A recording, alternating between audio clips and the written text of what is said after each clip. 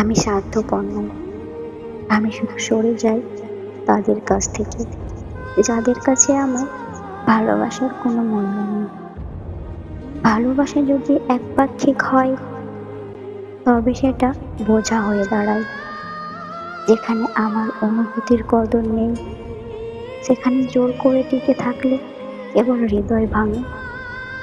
আমি চাই আমি চাই সেই মানুষটিকে, যে আমার হাসিতে শান্তি খুঁজে পাবে, আমার কষ্টে কাঁদবে, যে আমার অভাব টের পাবে, আর আমাকে হারানোর ভয় করবে। কারণ সত্যিকারের ভালোবাসা মানে দুজন দুজনের সমান টান, সমান গুরুত্ব, আর একে অপরকে না হারানোর চেষ্টা।